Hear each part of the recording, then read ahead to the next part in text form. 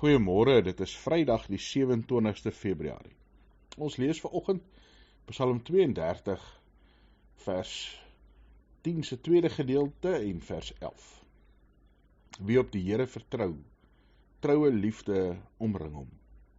Verbly julle in die Here en juig regverdiges. Ja, jubel dit uit, almal met opregte harte.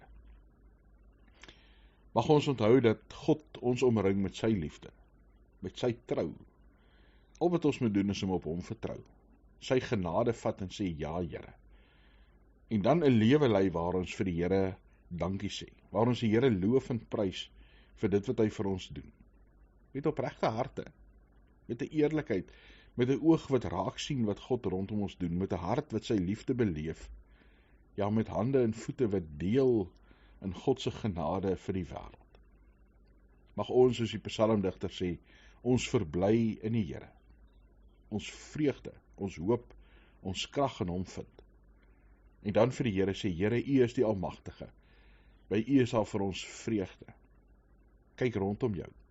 Sien die skepping raak, die son, in die aand die maan en sterre, bome, voëls, mense. Ja, Here, soveel goed wat die Here vir ons gemaak het, wat ons wêreld vul, en vind vreugde daarin. Jubel dit uit, dat God jou God is. Dankie Here dat ons kan leef in U genade en U liefde, dat ons kan leef met 'n wete dat U teenwoordig is.